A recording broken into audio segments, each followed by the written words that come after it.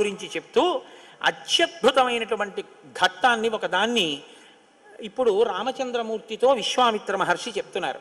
ఇది శ్రీరామాయణంలోనే అత్యంత శక్తివంతమైన పరమాద్భుతమైనటువంటి ఘట్టములలో ఒకటి. షణ్ముఖోత్పత్తి అంటారు. ఇది ఎంత శక్తివంతం అంటే గర్భిణీ స్త్రీలు కానీ ఈ సర్గల్ని పారాయణ చేస్తే తప్పకుండా వాళ్ళకి సంతానం కలుగుతుంది. సంతానం ఉత్తమమైన సంతానం కలుగుతుంది. ఎటువంటి సమస్యలు లేకుండా వాళ్ళకి ప్రసవం అవుతుంది. అంత శక్తి ఇందులోనే ఉంది. ఇందులోనే వాల్మీకి మహర్షి కుమార సంభవం అన్న మాట వాడారు. పెద్దవాళ్ళు ఏం చెప్తారంటే వాల్మీకి మహర్షి అసలు ఎప్పుడూ ఫలశ్రుతి చెప్పరు. ఈ సర్గ చదివితే ఇది వస్తుందని చెప్పరు. అట్లాంటి వాల్మీకి మహర్షి గంగావతరణానికి షణ్ముఖోత్పత్తికి ఫలశ్రుతి చెప్పారు. అత్యంత శక్తివంతమైన ఘట్టాలలో షణ్ముఖోత్పత్తి ఒకటి. ఇది విన్నవాళ్ళు సుబ్రహ్మణ్య లోకాన్నే పొందుతారు అంటారు. అంత శక్తివంతం. ఇందులో కుమార సంభవం అన్న మాట వాల్మీకి మహర్షి వాడారు. దీన్నే కాళిదాస్ గారు తీసుకుని కుమార సంభవం అన్న గ్రంథాన్ని ఆయన ఆ పేరుతోనే రచన చేశారు. కానీ ఇప్పటికీ గర్భిణీ స్త్రీలు పారాయణ చేస్తే ఈ షణ్ముఖోత్పత్తినే వింటూ ఉంటారు. కాబట్టి ఇప్పుడు మీరు అవధరించండి. పురా రామకృతోద్వాహో నీలకంఠో మహాతపాః దృష్ట్వాచ స్పృహయా దేవీం మైథునాయోపచక్రమే అంటూ మొదలుపెట్టారు విశ్వామిత్ర మహర్షి. నాయనా రామా, నీకు అంగదేశం గురించి చెప్పాను. మన్మధుడు కాలిపోయాడు. తర్వాత పార్వతీ పరమేశ్వరులకి వివాహం అయింది. ఎలా అయింది మరి మన్మధుడు లేకుండా? ప్రారంభమే ఒక గొప్ప విషయం. అందరి మీద బాణాలు వెయ్యాలి అంటే చేతిలో చెరుకు విల్లు 5 పుష్ప బాణాలు పట్టుకుని బాణాలు వేసేటటువంటి మన్మధుడు నేను బాణాలు వేసి అందరిలోనూ కామ ప్రచోదనం చెయ్యగలనన్న అహంకారంతో అదే పుష్పబాణాల్ని తీసుకెళ్లి పరమశివుడి మీద కూడా వేసి ఆయన మనసు కదిపి పార్వతీదేవి యందు అనురక్తుడయ్యేటట్టు చెయ్యగలననేటటువంటి అహంకార బుద్ధితో ఒక్క బాణాన్ని తీసి ప్రయోగించడానికి సిద్ధపడేటప్పటికే బహిర్ముఖుడైనటువంటి పరమశివుడు కనుతెరిచి చూసి తన మీదే బాణ ప్రయోగానికి సిద్ధపడుతున్న మన్మధుడి మీద ఆగ్రహం చెంది 3వ కన్ను తెరిస్తే భస్మ రాశి అయి మన్మధుడు కింద పడిపోయాడు. కాబట్టి సృష్టి ఆగిపోయి ఉండాలి కదా. ఇప్పుడు మన్మధుడు లేడుగా. మరి అప్పుడు పార్వతీ కళ్యాణం ఎలా అయింది అంటే అమ్మవారు ఏం చేసిందంటే ఏ ఆయుధములను మన్మధుడు పట్టుకుంటాడో వాటిని ఆవిడ పుచ్చుకుంది. 5 పుష్పబాణాలని చెరుకు విల్లు ఆవిడే పుచ్చుకుంది. కామాక్షి, కంచి కామాక్షి అదే కదండి, చేత్తో పట్టుకుంది. ఇదే మనం లలితాస్వరూపం యొక్క వర్ణన చెప్తే ఇదే చెప్తాం. రాగస్వరూప పాషాఢ్య క్రోధాకార అంకుశోజ్వల మనోరూపేక్షుకోదండ పంచతన్మాత్రశాయక. ఇప్పుడు ఆవిడ ఇలా పట్టుకుంటే ఇంతటి పరమశివుడు వశుడైపోయాడు. అయిపోయి తాళి కట్టాడు. సంసారంలోకి వచ్చి ఆవిడ పక్కన కూర్చున్నాడు. శంకరాచార్యుల వారు దెప్పి పొడిచారు. స్ఫురద్గండాభోగత్ ప్రతిఫలిత తాటంక జుగళం చతుశ్చక్రం మన్యే తవ ముఖమిదం మన్మధరదం యమారుహ్యదృహ్యత్కవనిరదమర్కేందు చరణం మహావీరో మార ప్రమదపతయే సంగీతవతే అన్నారు. అయ్యా, నువ్వు ఎంత గొప్పవాడివైనా మా తల్లి చెరుకు విల్లు పుష్పబాణాలు పట్టుకునేటప్పటికీ లొంగవలసిందే. తాళి కట్టావా లేదా అమ్మ మెళ్ళలో? తాళి కట్టి అమ్మ పక్కకు వచ్చి అయ్యగా కూర్చున్నావు. ఇప్పుడు ఆవిడ శివకామ సుందరి. ఆమె అంత సౌందర్యంతో ఎవరి కోసం కూర్చుంది? మనకి తండ్రిని తెచ్చి కూర్చోబెట్టడానికి. ఆవిడ శివుడికి సౌందర్యం, బాహ్య సౌందర్యం, శివకామ సుందరి. నీకు నాకో అఖిలాండేశ్వరి, జగజ్జనని, మీనాక్షి, కామాక్షి, రాజరాజేశ్వరి, లలిత. మనకి అమ్మ, మా నాన్నగారికి భార్య. మా నాన్నగారు మా అమ్మని కామదృష్టితో చూడొచ్చు, అది ఆయనకి ధర్మబద్ధం. నేను మా అమ్మగారిని పవిత్ర దృష్టితో చూస్తాను. మా అమ్మగారు మా నాన్నగారికి శివకామ సుందరి, నాకు జగజ్జనని. లలితాపరాభట్టారిక వాగర్ధ వివసంపృక్తౌ వాగర్ధ ప్రతిపత్తయే జగత పితరౌ వందే పార్వతీ పరమేశ్వరౌ. ఈ లోకానికంతటికీ తల్లిదండ్రులైన పార్వతీ పరమేశ్వరుల్లో అమ్మ సౌందర్యం పరమశివుడి కొరకు, అమ్మ యొక్క అంత సౌందర్యం అమ్మతనం మన కొరకు. మనకి జగదంబ, జగజ్జనని, ఆయనకి భార్య. కాబట్టి ఇప్పుడు ఆవిడ తన ప్రజ్ఞతో పెళ్లి చేసుకుంది, మన్మధుడి గొప్పతనంతో పెళ్లి చేసుకోలేదు. మన్మధుడికి ఏం చేసింది? శివుణ్ణి తెచ్చి తన భర్తగా కూర్చోబెట్టుకుని, పిచ్చాడా ఇంకెప్పుడు ఆయన మీద వేయకు బాణాలు, ఇవో మిగిలిన వాళ్ళ మీద అంటావా వెయ్యి అని పట్టుకెళ్ళి మళ్ళీ ఆయన చేతిలో పెట్టింది. ఇప్పుడు ఆయన ఏం చేశాడు? శరీరం లేదు కానీ మునులను కూడా మోహపెడుతున్నాడు. ఎందుకు పెట్టగలుగుతున్నాడు? ధను పౌష్పం మౌర్వీ మధుకరమయీ పంచవిశిక వసంతు సామంతో మలయమరుదాయో ధనరథ తదాప్యేక సర్వం హిమగిరిసుతే కమపి కృపాం అపాంగతే లబ్ధ్వా జగదిదమనంగో విజయతే అంటారు శంకర భగవత్పాదులు సౌందర్యలహరిలో. అమ్మ తన కడగంటి చూపుతో ఇలా చూసి, వెయ్యి బాణాలు పర్వాలేదు, లోకం మీద వెయ్యింది అంటే అదేమిటండి మన అలా పాడు చేసేయడం ఏమిటండి మీరు అనుకోకండి. అమ్మవారు ఆ శక్తి మన్మధుడికి ఎందుకు ఇచ్చింది అంటే మనం పితృరుణం తీర్చుకోవడానికి. తండ్రి రుణం తీరాలంటే మనం సంతానాన్ని కనాలి, అందుకు ఇచ్చింది. అంతేగాని అమ్మవారు మన్మధుడికి బాణాలు ఇచ్చిందండి నేను పాడైపోయానండి అని చెప్పడానికి నీకు ఇవ్వలేదు. నీకు ధర్మపత్ని ధర్మేచ అర్ధేచ కామేచ నాతిచరామి అని పుచ్చుకున్నావు, మరి తగలబడ్డానికా ఎందుక మంత్రం, ఇంకా ఎందుక ప్రతిజ్ఞ, ఇంకా విచ్చలవిడితనంతో ఆబోతి తిరిగినట్టు తిరగమని కాదుగా నిన్ను లోకంలో సృష్టించింది అమ్మవారు.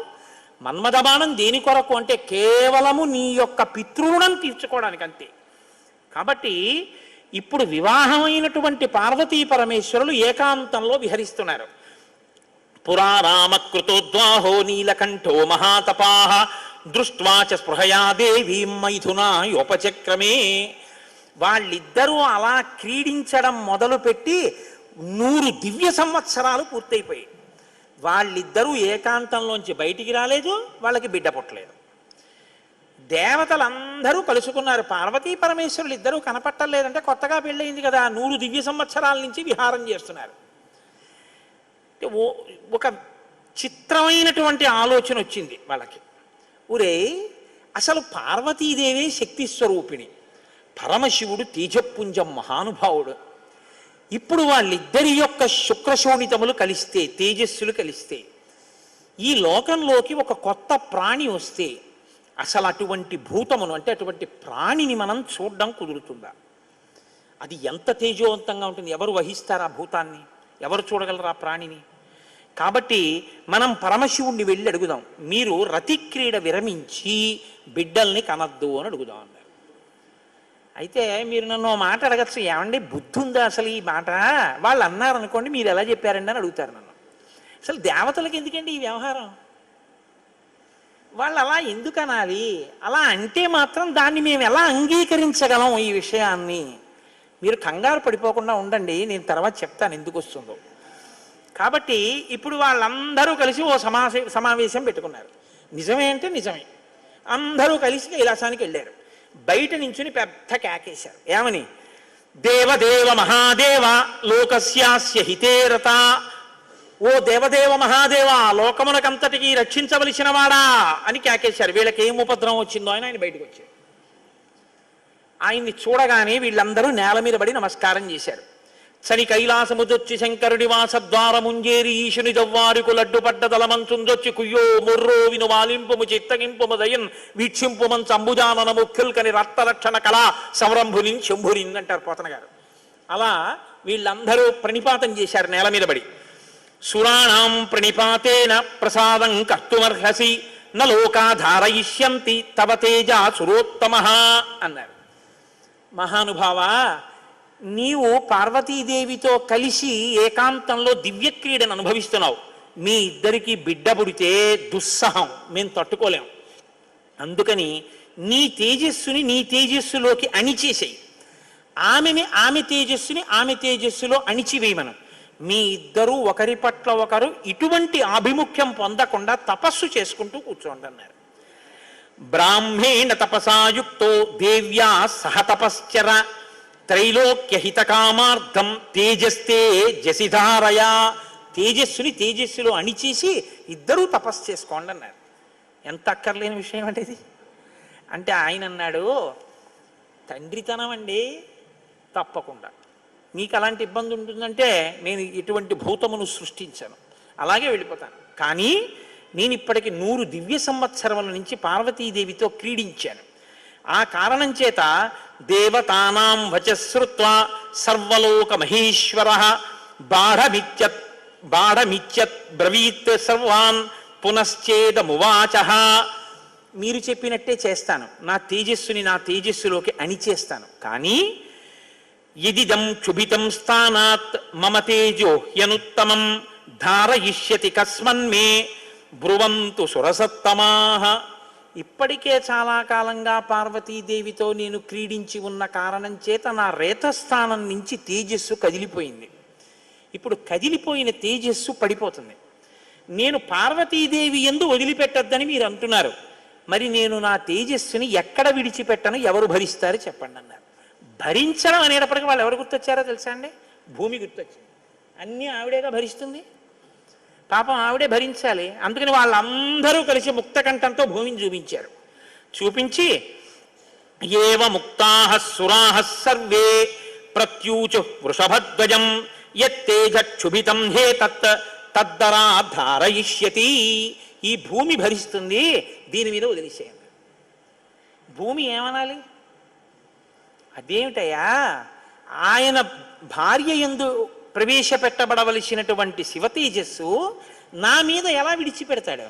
నేను ఎలా స్వీకరిస్తాను? భూకాంత, ఆమె స్త్రీ, భూదేవి నాలోకి ఎలా ప్రవేశిస్తుంది? శివవీర్యం దోషం అవుతుంది కదా, నేను పుచ్చుకోననాలి. ఆవిడ సంతోషించింది. శివవీర్యం నాలో ప్రవేశించడం అంటే అదృష్టం కదా అనుకుని తప్పకుండా పుచ్చుకుంటానని అనేటప్పటికీ పరమశివుడు ఏం చేశాడంటే ఏవ ముక్త సురపతి ప్రముమోచ మహీతలే తేజసా పృథివీయేన వ్యాప్త సగిరికానన. ఆయన తేజస్సుని భూమి మీద వదిలిపెట్టేశాడు. అది ఉత్తర క్షణం భూమి అంతటా పాకేసింది. పాకేసి పర్వతాల్లో, నదుల్లో, సముద్రాల్లో, చెట్లలో పరివ్యాప్తమైతే ఆ తేజస్సు యొక్క స్థితిని భూమి తట్టుకోలేకపోయింది. తట్టుకోలేక పెద్ద పెద్ద కేకలేసింది ఆవిడ. తతో దేవాః పునరిదం ఊచుశ్చాధ హుతాశనం ప్రవిశత్వం మహాతేజో రౌద్రం వాయు సమన్వితః.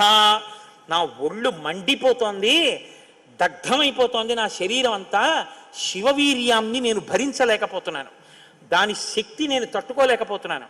కాబట్టి నేను విడిచిపెట్టేస్తాను, నాలోకి వచ్చిన వీర్యాన్ని దేనిలోకి విడిచిపెట్టను అని అడిగింది ఆవిడ. ఇప్పుడు దేవతలందరూ ఒకరి మొహాల్లో ఒకళ్ళు చూసుకుని అన్నారు, ఒళ్ళు మండిపోతోంది తట్టుకోలేనన్నావు కాబట్టి ఎవడు మండిస్తాడో వాడిలో వదిలేయన్నారు. అంటే అగ్నిహోత్రుల్లో వదిలేయమన్నారు. అంటే ఇప్పుడు ఆవిడేం చేసింది? తనలో పడినటువంటి శివవీర్యాన్ని అగ్నిహోత్రుల్లోకి వదిలిపెట్టేసింది.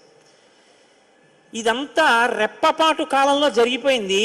పెద్ద పెద్ద అరుపులు, కేకలు, ప్రార్థనలు, హడావిడి. బయటికి వెళ్ళిన శివుడు లోపలికి రాలేదు. అమ్మవారికి అనుమానం వచ్చింది, ఏం జరిగింది అని. పార్వతీదేవి బయటికి వచ్చింది.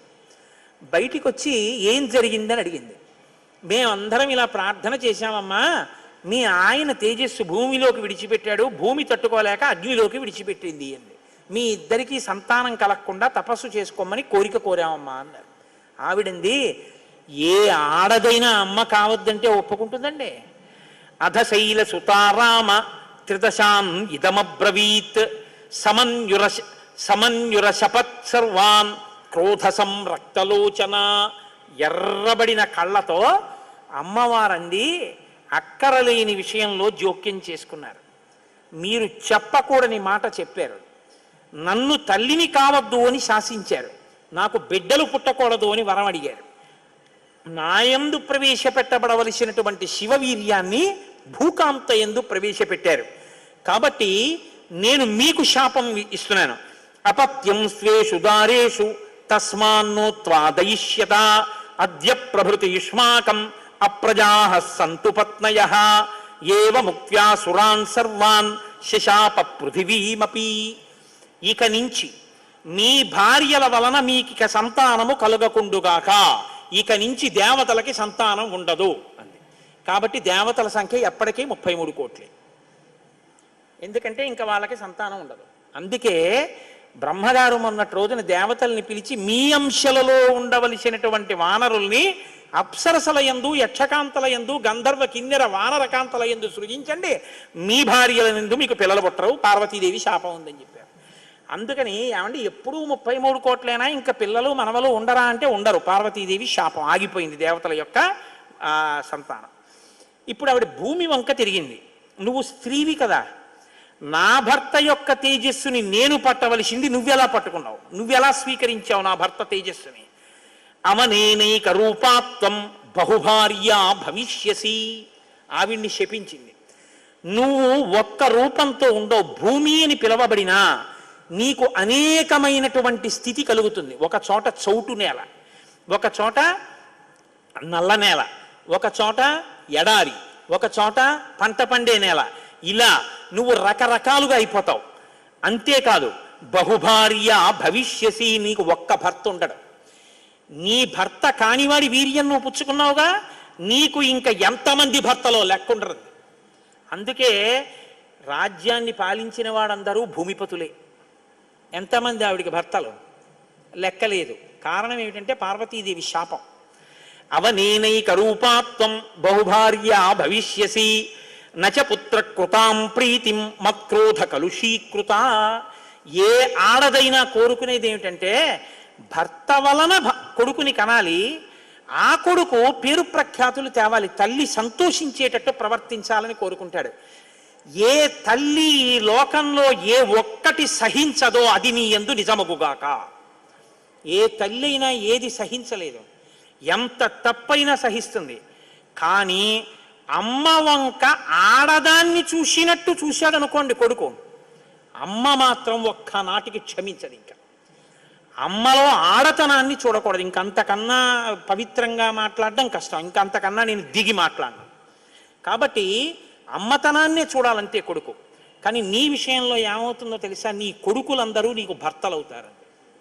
అందుకే భూమిపతి పతే, ఆయన తర్వాత ఆయన కొడుకు, ఆయన భూమిపతే. ఎంత దారుణం అండి అది. ఒక ఆయన పరిపాలిస్తున్నాడు, ఆయన భూమిపతి, ఆయనకి కొడుకు పుట్టాడు. ఇప్పుడు భూమికి ఆయన ఏమవ్వాలి? కొడుకు. ఆ భూమిపతి వెళ్ళిపోయాడు, ఇప్పుడు ఈయనేమవుతాడు? ఈయన భూమిపతే, తన కొడుకు తనకి భర్త. ఇంతకన్నా దారుణమే ఉంది? ఇది పార్వతీదేవి శాపం. కాబట్టి నచ పుత్ర కృతాం ప్రీతిం మత్క్రోధ కలుషీకృత ప్రాప్యసిత్వం సుదుర్మేధే మమ పుత్రమనిచ్చతి. నాకు బిడ్డలు కలగకుండా చేశారు కాబట్టి మీరు ఈ శాపం అనుభవించండి అని లోపలికి వెళ్ళిపోయారు. ఇప్పుడు వీళ్ళందరూ ఇలా వేళ్ళు విరిచారు. ఒరే అక్కర్లేని విషయంలో జోక్యం చేసుకున్నాను రా, ఎవడరా ఈ మాట చెప్పింది అసలు అన్నారు. వాడు ఉంటాడేమిటి ఇంక అక్కడ. ఇప్పుడు అందరూ భారంగా తలకాయలు ఉంచుకుని ఇళ్ళకెడితే వీళ్ళ శిఖలు ఎవరు పట్టుకుంటారు? ఒరే ఎందుకు వెళ్ళావురా నువ్వు, నీ వల్ల నాకు ఇంకా బిడ్డలు కలగరని వాళ్ళు పట్టుకుంటారు. కాబట్టి ఇప్పుడు వాళ్ళందరూ ఇళ్ళకి వెళ్ళారు. సగత్వా తప అతిష్టత్ పార్శ్వే తస్యోత్తరే గిరే హిమవత్ ప్రభవే శృంగే సహదేవ్యా మహేశ్వర. హిమాలయ పర్వత ప్రాంతంలో పార్వతీ సహితుడై పరమశివుడు మాత్రం హాయిగా కూర్చుని తపస్సు చేసుకుంటున్నాడు. ఇంకా వాళ్ళిద్దరికీ బిడ్డలు పుట్టకూడదు అన్నారుగా, అందులో ఆయన వెళ్ళి తపస్సు మొదలెట్టాడు. గొడవ ఎక్కడొచ్చింది? ఇక్కడతో ఏమైపోలేదు గొడవ. తారకాసురుడని వాడు బయలుదేరాడు. వాడికి తెలిసే విషయం, ఇక పార్వతీ పరమేశ్వరులకి బిడ్డలు పుట్టరని, దేవతలకి బిడ్డలు పుట్టరని తెలుసు వాడికి. వాడు బ్రహ్మగారి గురించి తపస్సు, వాడు చాలా తెలివైనవాడు. వాడు నాకు చావుద్దన్నాడు, అది కుదరదన్నాడు ఆయన. అయితే పార్వతీ పరమేశ్వరులకు కొడుకు పుడితే వాళ్ళ చేతిలో చచ్చిపోతానన్నాడు. బ్రహ్మగారు ఏమంటారు? తథాస్తు. వీళ్ళే అడిగారు పార్వతీ పరమేశ్వరుని, వాళ్ళిద్దరూ తపస్సుకి వెళ్ళిపోయారు. ఇప్పుడు వెళ్ళి మీ ఇద్దరు బిడ్డలు కనండి అన్నారు అనుకోండి, ఇంకేమైనా ఉందా? వద్దన్నావు, అన్ని శాపాలు ఇచ్చేసింది ఆవిడ. అంటే మీరు బాగా గమనించండి, ఏదైనా ఆడది భరిస్తుంది, కానీ ఆడదాని అమ్మతనానికి, ఆడదాని భర్తృత్వాన్ని పంచుకోవడానికి ఇంకో ఆడదొస్తే మాత్రం ఈ లోకంలో సహించడం అన్నది ఉండదు. అది ఈ జాతి క్షమించలేదు. ఇది రామాయణం యొక్క తీర్పు. కాబట్టి ఇప్పుడు వీళ్ళు వెళ్ళి అడగలేరు పార్వతీ పరమేశ్వరుని. కొడుకు పుడితే తప్ప వీళ్ళకి బతుకులేదు. ఎందుకని? వీళ్ళని చాలా బాధ పెట్టేస్తున్నాడు తారకాసురుడు. కాబట్టి ఇప్పుడు ఏం చెయ్యాలో అర్థం కాక పార్వతీ పరమేశ్వరులను అడగలేక చతుర్ముఖ బ్రహ్మగారి దగ్గరికి వెళ్ళారు. వెళ్ళి, అయ్యా ఎలాగండి పార్వతీ పరమేశ్వరులకు కొడుకు పుడితే తప్ప మేము రక్షింపబడం, ఇప్పుడు పుట్టే మార్గం ఏమైనా ఉందా అని అడిగారు. అడిగితే ఆయన అన్నారు, శైలపుత్ర్యా యుదుక్తం తత్ న ప్రజా సంతు పత్నిషు తస్యావచనమక్లిష్టం సత్యమేతన్న సంశయః.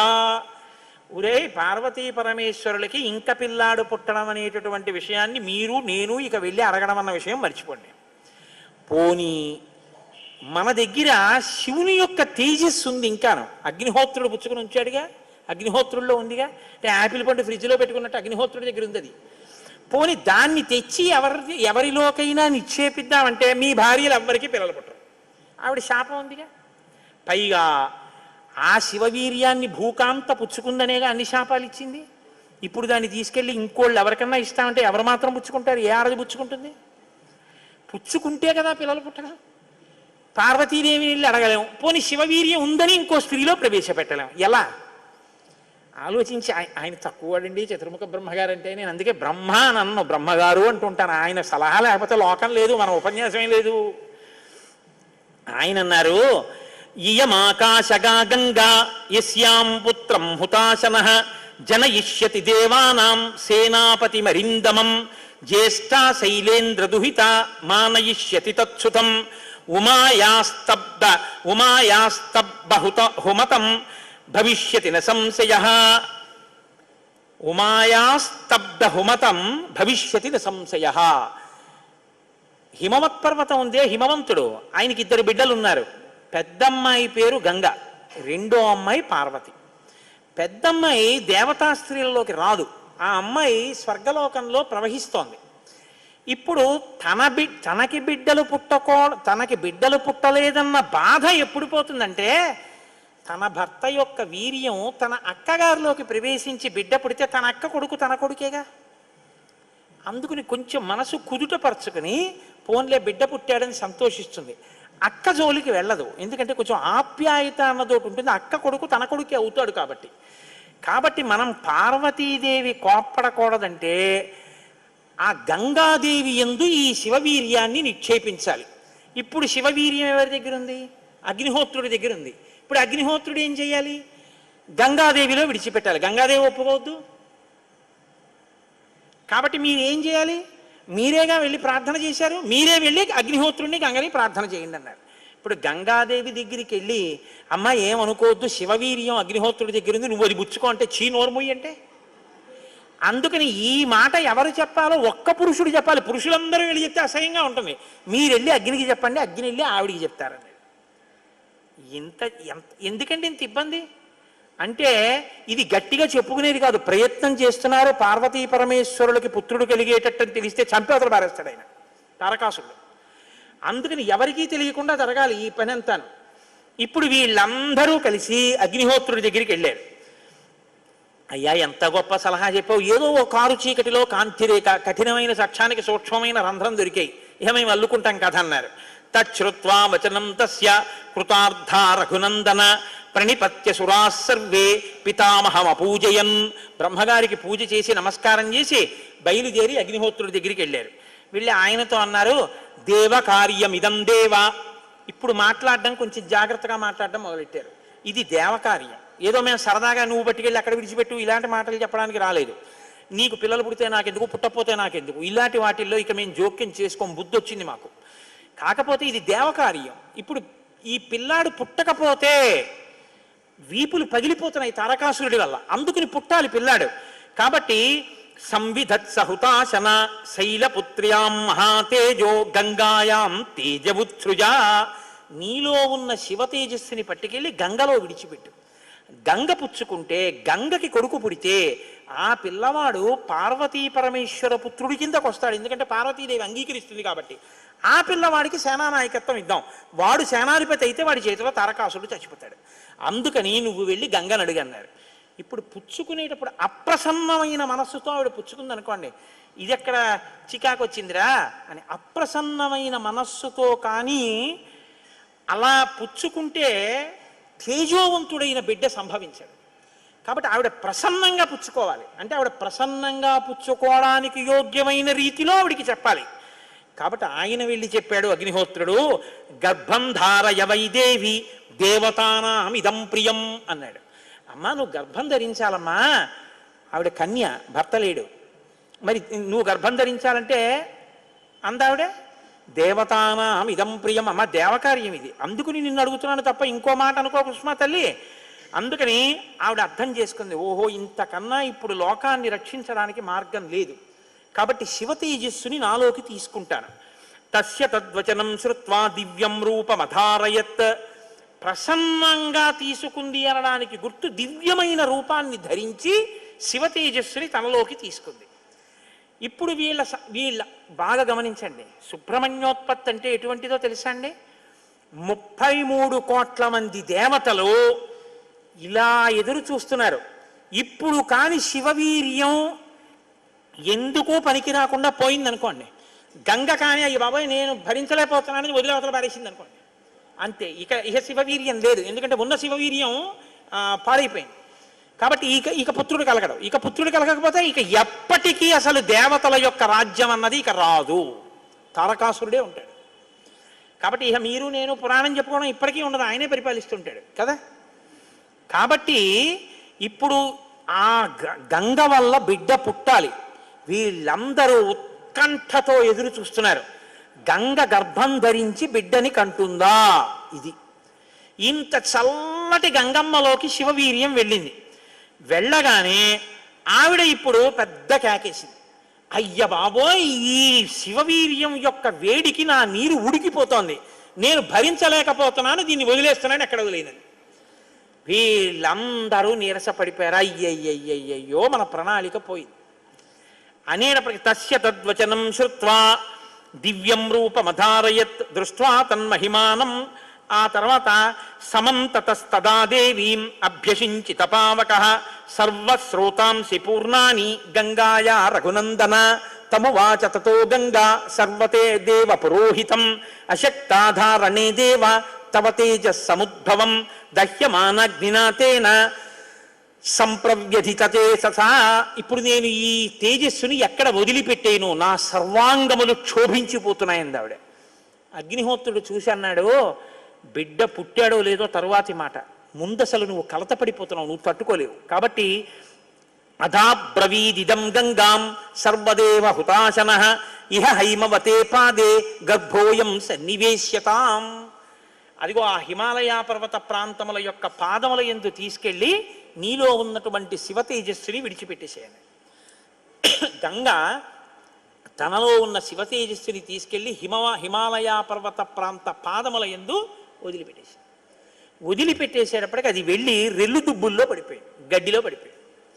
ఇప్పుడు అందులోంచి ఒక్కసారి కాంతి కనపడింది వాళ్ళకి. పిల్లాడు ఏమైనా వచ్చాడా? వాళ్ళకి పిల్లాడు కావాలి. ఇప్పుడు వాళ్ళు చూస్తే సర్వం పర్వత సన్నద్ధం సవర్ణమవద్వనం జాత రూపమితి ఖ్యాతం తదా ప్రభృతి రాఘవ సువర్ణం పురుషవ్యాఘ్ర హుతాసన సమప్రభం తృణవృక్షలతాగుల్వం సర్వం భవతి కాంచనం. ఆ శివవీర్యంలోంచి ఆ తేజస్సులోంచి అగ్ని ఎటువంటి కాంతితో ఉంటాడో అటువంటి కాంతితో మొట్టమొదట బంగారం పుట్టింది లోకంలో. బంగారం శివవీర్యం, అందుకే బంగారానికి శివవీర్యం అని పేరు.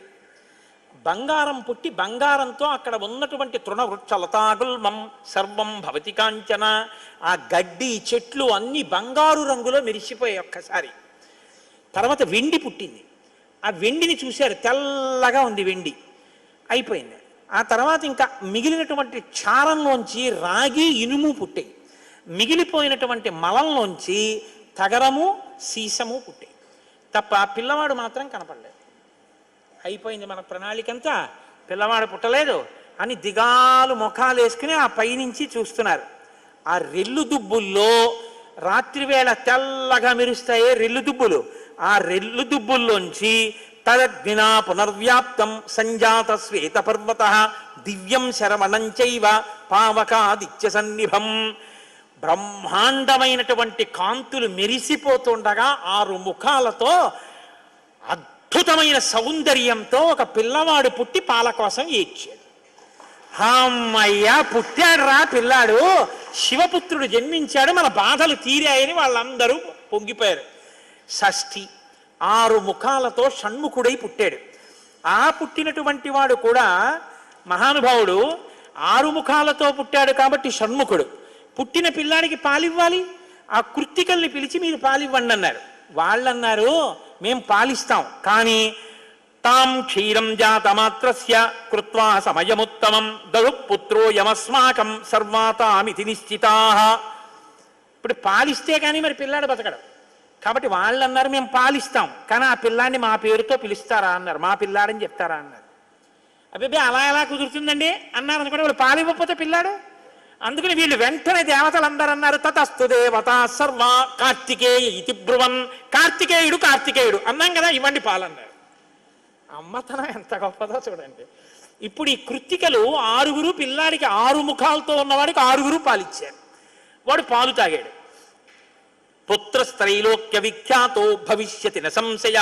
కార్తికేయుడని మేం పిలవడం కాదు, 3 లోకాల్లో పిలుస్తారు ఈ పిల్లాన్ని, సరేనా అన్నారు దేవతలు.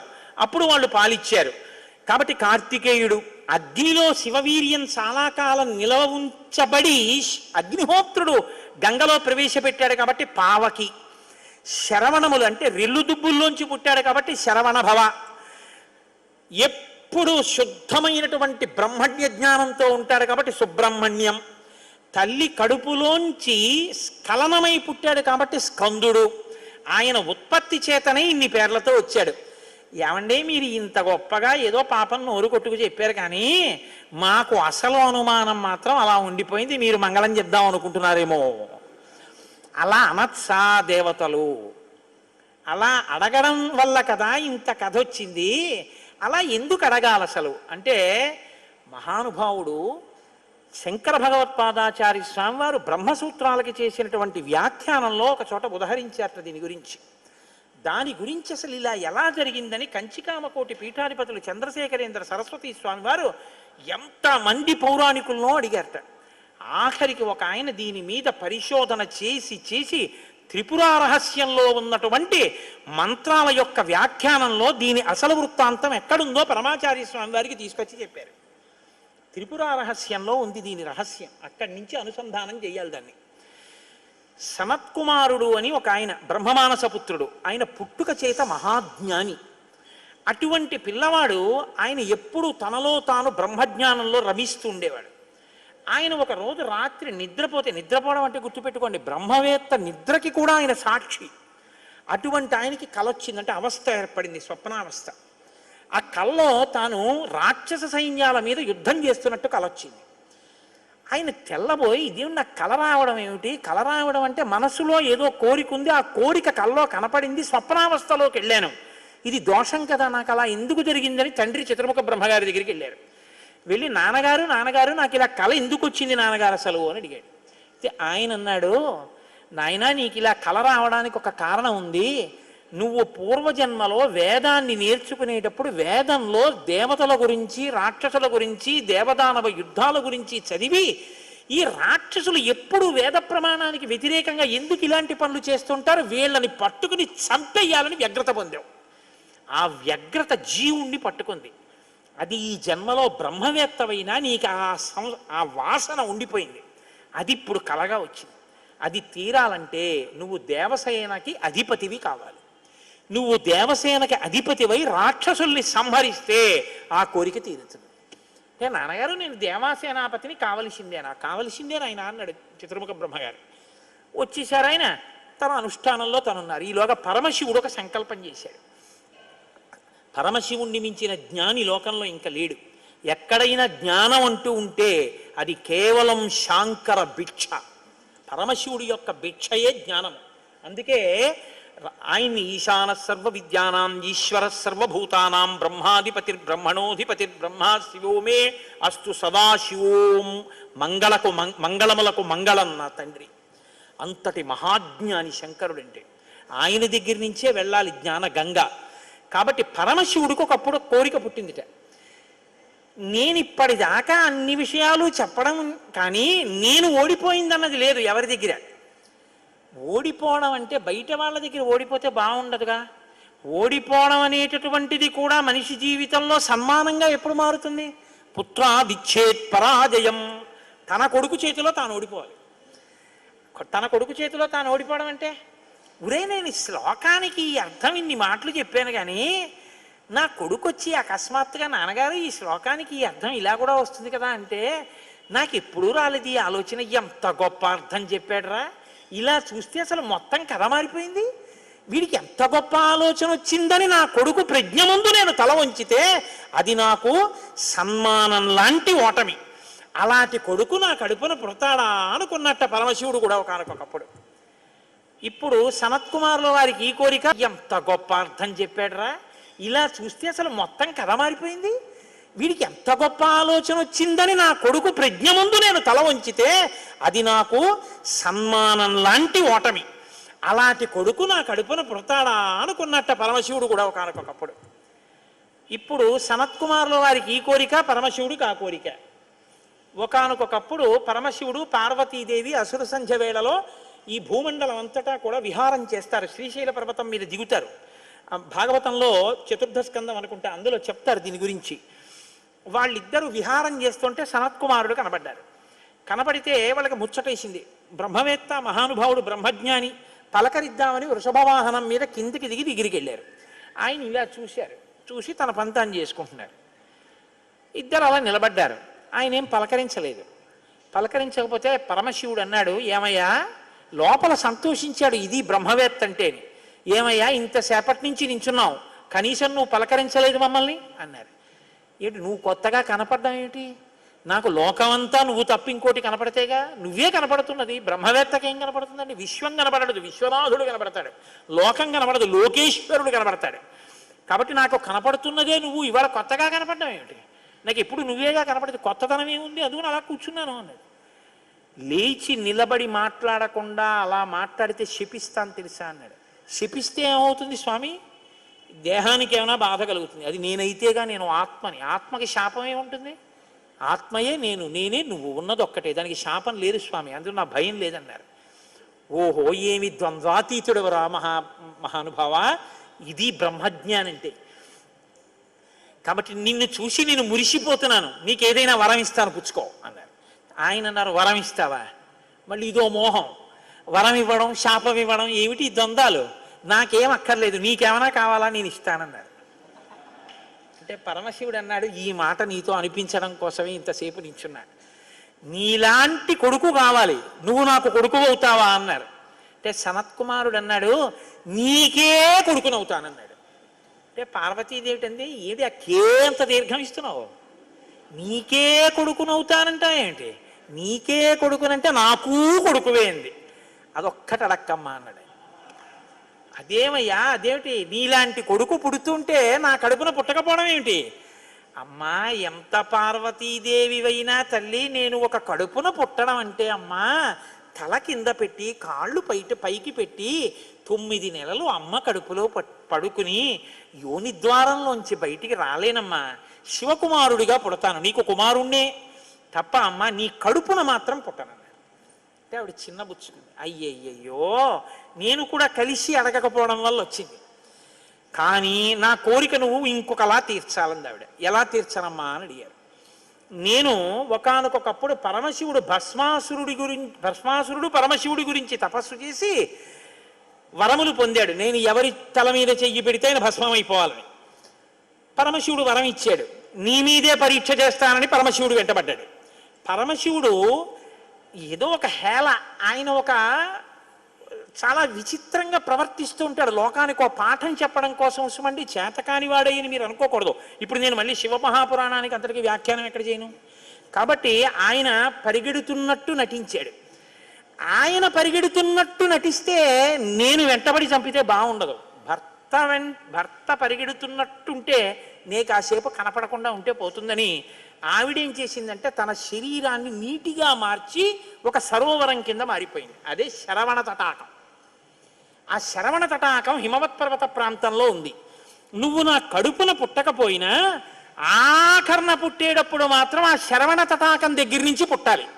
నీ మంత్రం కూడా ఆ తటాకం నా పేరు మీదే ఉండాలి. అందుకే ఆయన మంత్రం శరవణ భవ సుబ్రహ్మణ్యుడికి. అంటే ఆయన అన్నాడు, అమ్మ తప్పకుండా, అలా నేను పరమశివుని యొక్క తేజస్సు చేత నీ తటాకంలోంచి పుడతాను. పంచభూతాత్మకం పరమశివ లక్షణం కదా.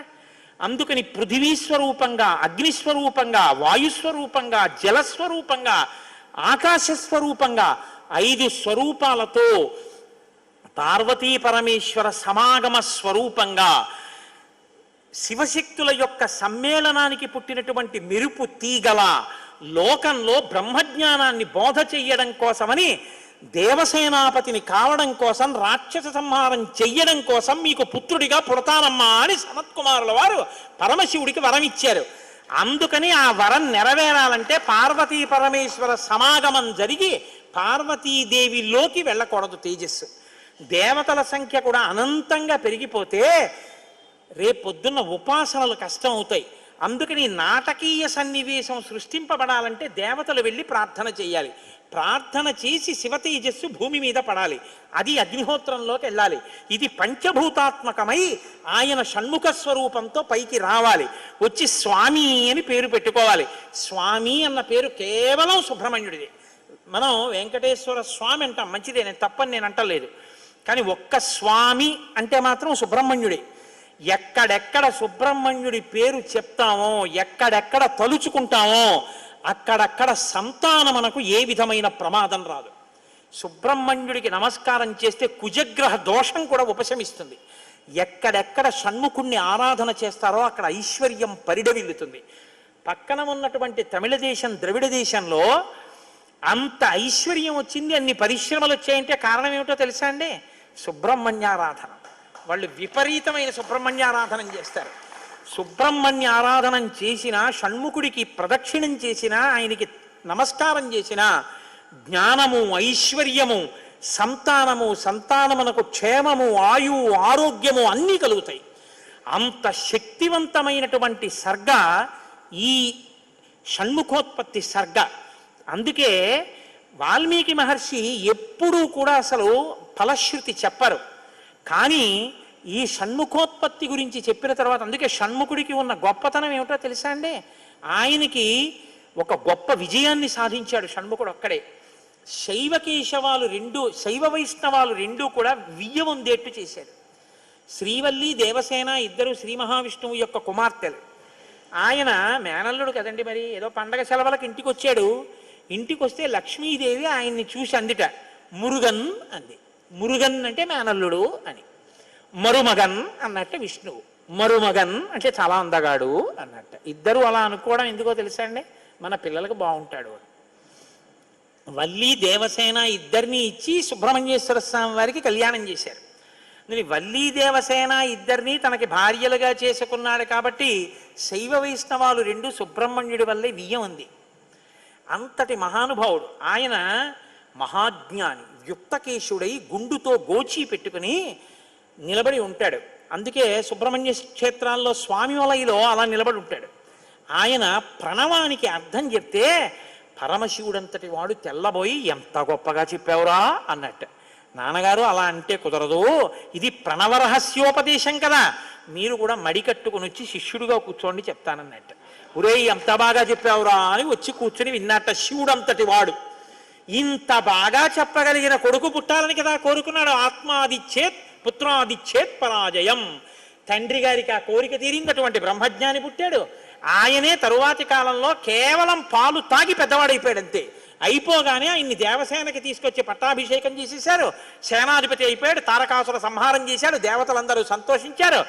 అమ్మ అందమంతా మూర్తీభవించి ఉంటుంది. అందుకే ఇంతంత బుగ్గలు, ఎర్రటి మనిషి, ఆహారాలు, చిన్న పట్టుబట్ట, ఎప్పుడు అమ్మ శక్తి అంతా చేతిలో శూలంగా పట్టుకుని ఆ కుక్కుట ధ్వజం, ఆ నెమలి మీద కూర్చుంటే ముద్దులు మూట కడుతూ ఎంత అందంగా ఉంటాడో.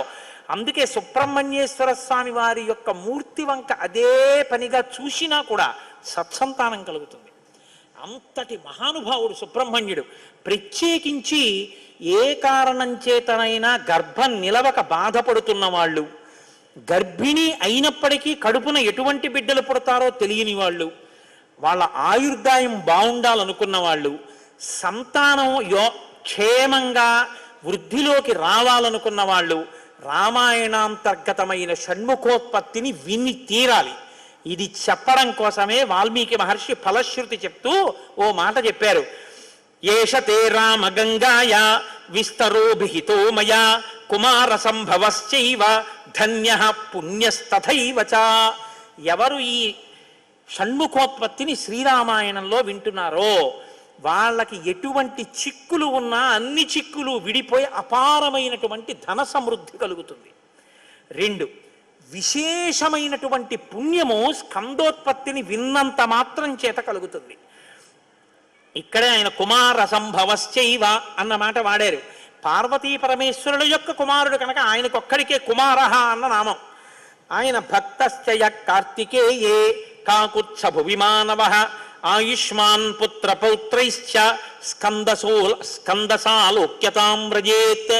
ఎవరు భక్తి శ్రద్ధలతో రామాయణాంతర్గతమైనటువంటి ఈ షణ్ముఖోత్పత్తిని చేతులు కైమోడ్చి సుబ్రహ్మణ్యుడికి నమస్కరించి వింటున్నారో అటువంటి వారందరికీ కూడా ఆయుష్మాన్, వాళ్ళకి ఏదైనా అపమృత్యు దోషం జాతకంలో ఉంటే ఆ దోషము ఉపశమించి ఆయుర్దాయం కలుగుతుంది. ఆయుష్మాన్ పుత్ర పౌత్రైశ్చ, వాళ్ళ కొడుకులు మనవలు అందరూ క్షేమంగా ఉంటారు. ఏవైనా దుర్గుణములు అలవడవలసినవి ఉంటే అవి పోయి వాళ్ళు వృద్ధిలోకి వచ్చి వంశానికి గొప్ప కీర్తి తీసుకొస్తారు. ఆయుష్మాన్ పుత్ర పౌత్రైశ్చ, ఎవరు రామాయణం సంపూర్ణ రామాయణం చెప్పించుకుని వినేటప్పుడు పరమ భక్తితో దేవాలయ ప్రాంగణంలోనో ఎక్కడో కూర్చుని ఈ స్కందోత్పత్తిని నమస్కారం చేస్తూ విన్నారో వాళ్ళు శరీరం పడిపోయిన తరువాత స్కందసాలోక్యతాం వ్రజేత్, సుబ్రహ్మణ్య లోకాన్ని పొందుతారు అని వాల్మీకి మహర్షి సత్యం తప్ప ఆయన నోటి వెంట రాదని బ్రహ్మగారి వరం. ఆయన ఎప్పుడూ ఫలశ్రుతి చెప్పరు, ఇక్కడ చెప్పారు. అంత గొప్పది షణ్ముఖోత్పత్తి. విచిత్రం ఏంటంటే ఈశ్వర సంకల్పం అంటే చాలా గొప్పగా ఉంటుంది. నేను ఇవాళ అసలు నేను ఏదైనా మాట చెప్తే చాలా జాగ్రత్తగా వింటారు హరిప్రసాద్ గారు. నేను చెప్పాను రేపు సుబ్రహ్మణ్యుడికి అభిషేకం చేయించండి అని చెప్పాను. ఎందుకంటే ఇవాళ అయింది కాబట్టి షణ్ముఖోత్పత్తి, రేపు స్వామికి అభిషేకం చేయించండి, ఆయన చల్లబడతాడు. రామాయణ అంతర్గతంగా జరిగింది కాబట్టి అభిషేకం చేస్తే చల్లబడుతుంది మూర్తి. ఆయన చల్లబడిన అభిషేక తీర్థాన్ని మనం పుచ్చుకున్నాం అనుకోండి, అది మరింత శక్తివంతం. పాపం ఎవరైనా ఏదైనా సంతాన సంబంధమైన సమస్యల్లో ఉన్న వాళ్ళు ఆ తీర్థం పుచ్చుకుని ఉపశాంతి పొందితే అంతకన్నా కావలసిందే ఉంది. నాకు చెప్పానుగా వ్యక్తిగత అనుభవాలు చెప్పడం ఇష్టం ఉండదని. ఈ షణ్ముఖోత్పత్తి వల్ల ఉపయోగాన్ని ఉపకారాన్ని పొందిన వాళ్ళు ఎంతమంది ఉన్నారో. నేను మొన్న కూడా గోపాలకృష్ణ గారికి ఒక సంగతి చెప్పాను. అంత గొప్ప షణ్ముఖోత్పత్తి నేను నా జీవితంలో ప్రత్యక్షంగా చూసా, దాని గొప్పతనం ఏమిటో. ఈ విషయం రేపు పొద్దున్న తెలిసిన తర్వాత ఎందరో తల్లులు దీనివల్ల ఉపయోగం పొందిన వాళ్ళు కన్నుల నీరు పెట్టుకుని సంతోషంతో చెప్తారు యథార్థం నిజమేనని. మీకు నేను ఒక రహస్యం చెప్తాను, నేను ఆశ్చర్యపోయాను. తూర్పుగోదావరి జిల్లాలో మల్లవరం అని ఒక క్షేత్రం ఉంది. అక్కడ సుబ్రహ్మణ్యుడు, ప్రత్యక్ష సుబ్రహ్మణ్యుడు, ఇంతలా పాము కోనేటిలో స్నానం చేసి శివలింగాన్ని చుట్టుకుని ఉంటుంది. అది పిల్లలు పుట్టని వాళ్ళు వెళ్ళి నమస్కారం చేస్తే పిల్లలు పుట్టారు. డాక్టర్లు పిల్లలు పుట్టరని సర్టిఫై చేసిన వాళ్ళకి పుట్టారు. ముఖ్యమంత్రులు కూడా వెళ్ళారు పీఠాధిపతులు అక్కడికి. ఆ పాము కారణాంతరాల చేత శివలింగానికే తల కొట్టుకుని శరీరం వదిలితే ఇప్పుడు అలాగే ప్రతిష్ఠ చేశారు. అక్కడ నేను ఆశ్చర్యపోయింది ఏంటంటే, నాకు ఆ దేవస్థానం ధర్మకర్త ఒక ఆయన వచ్చి ఒకసారి ఓ మాట చెప్పారు.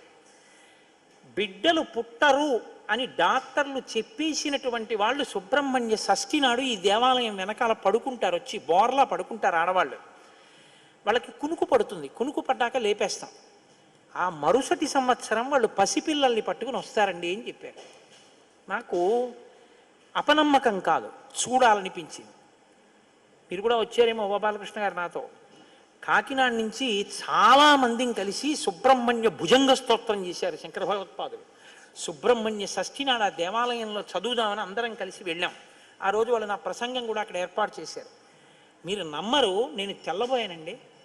ఎంతంత సంపన్న కుటుంబాల వాళ్ళు బిడ్డలు పుట్టరు అని బెంగ పెట్టుకున్న తల్లులు సంటి పిల్లలతో ఎంతో సంతోషంగా వచ్చి ఆయనకి నమస్కారం చేసుకుని, అబద్ధం కాదు, నేను ఎంతో మందిని అక్కడ అడిగాను, ఏమమ్మా మీకు ఈయన వలనే కలిగిందా సంతానం అని. ఖచ్చితంగా మేము ఆయన వలనే ఈ అనుగ్రహాన్ని పొందామని ఆ అదృష్టాన్ని పొందారు.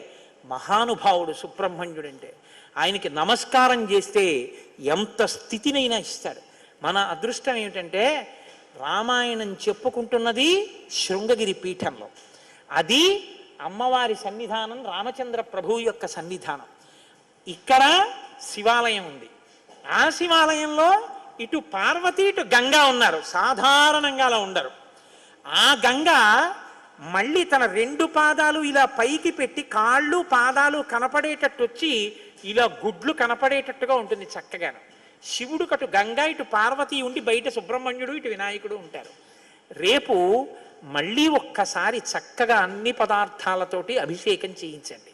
చేయించి ఎవరెవరు అభిషేక తీర్థం తీసుకోవడం కోసం వస్తే వాళ్ళందరికీ కూడా ఒక అర్చక స్వామిని దానికి నియోగించి అందరికీ లేదనకుండా పాపం తీర్థం ఇప్పించండి. రామాయణాదులు ఉన్నది ఎందుకంటే అందరికీ ఉపకారం చేయడం కోసమే ఉన్నాయి. మీకు ఉపకారం జరిగిన నాడు మీరు మాకెవ్వరికీ వచ్చి చెప్పక్కర్లేదు కూడా. మీరు మళ్ళీ వచ్చి సుబ్రహ్మణ్యేశ్వర స్వామి వారి దగ్గర, రామచంద్ర ప్రభువు దగ్గర నమస్కారం చేసి, స్వామి మీ వలన ఉపకారం పొందామని ఆయనకి చెప్పండి చాలు. మీరు మాకు చెప్పాలని కానీ, మీరు చెప్తేనే సంతోషిస్తానన్న మాట కూడా నేను చెప్పను. ఎందుకు చెప్పనో తెలుసా? ఒక్కటే నమ్మకం నాకు, ఇది సత్యం, సత్యం పునఃసత్యం. ఇది ఆ శక్తి కలిగి ఉంది, అది నా నమ్మకం. కాబట్టి మీరు స్వామికి నమస్కారం చేయండి. ఇంత గొప్ప పీఠ ప్రాంగణాన్ని మీ అభ్యున్నతి కొరకు వాడుకోండి. చక్కగా వచ్చి తీర్థం తీసుకోండి. చేస్తాను, ఎంతమందికైనా ఉపకారం చేస్తే నేను ధన్యుణ్ణవుతానని ఆ తండ్రి కొడుకులు ముచ్చటగా సిద్ధంగా ఉన్నారు. హాయిగా రేపు అభిషేక తీర్థం తీసుకుని తరించండి. మీకు ఓపిక ఉందా? ఓ 2 అరటిపళ్ళో, ఓ పండో, ఓ కాయో తెచ్చి చక్కగా నైవేద్యం పెట్టుకోండి. ఓ కొబ్బరికాయో. షణ్ముఖోత్పత్తి విన్నారు కాబట్టి. రేపు గంగావతరణం, అత్యద్భుతమైనటువంటి ఘట్టం శ్రీరామాయణంలో. దానికి మహర్షి ఫలశ్రుతి చెప్పారు. ఇలా విన్న వెంటనే మీకు పోయింది పాపం అంతే అన్నారు మహర్షి. అసలు నిజంగా గంగావతరణం బహుభంగిమలు తిరుగుతుంది. ఎంత గొప్పగా ఉంటుందో. రేపటి రోజున ఇవాళ అనుకున్నాను కానీ షణ్ముఖోత్పత్తి అయ్యేటప్పటికే 9 అయింది. కాబట్టి రేపు గంగావతరణాన్ని తప్పకుండా మనవి చేస్తాను. మీరు తనివి తీరా విందురు గాని. ఇవాళకి శ్రీరామనామం చెప్పుకుని చక్కగా మనం మంగళాశాసనం చేసుకుందాం. నీవు నేనన్ను భేదమేమియు లేకయున్నది రామనామము, బ్రహ్మ సత్యము జగన్మిథ్యాభావమే శ్రీరామనామము, పసితనంబున అభ్యసించిన పట్టుబడు శ్రీరామనామము, ఎందరో మహానుభావుల డెందమాయను రామనామము, అచలమై ఆనందమై పరమాణువైనది రామనామము, జపతపంబుల కర్హమైనది జగతిలో శ్రీరామనామము, జ్ఞానభూముల నేడు గడచిన మౌన దేశము రామనామము, జానకీ హృత్కమలమందున అలరుచున్నది రామనామము, చిత్తశాంతిని కలుగ చేసెడి చిత్స్వరూపము రామనామము, చూపు మానసమొక్కటై మరి చూడవలని రామనామము, దూరదృష్టియు లేని వారికి దుర్లభము శ్రీరామనామము, బ్రహ్మపుత్రక రాజ్య వీణా పక్షమైనది రామనామము, శాంతి సత్య అహింస సమ్మేళనము శ్రీరామనామము, తల్లివలె రక్షించు సుజనుల నెల్లకాలము రామనామము, మంగళంబగు భక్తితో పాడిన శుభకరంబగు రామనామము,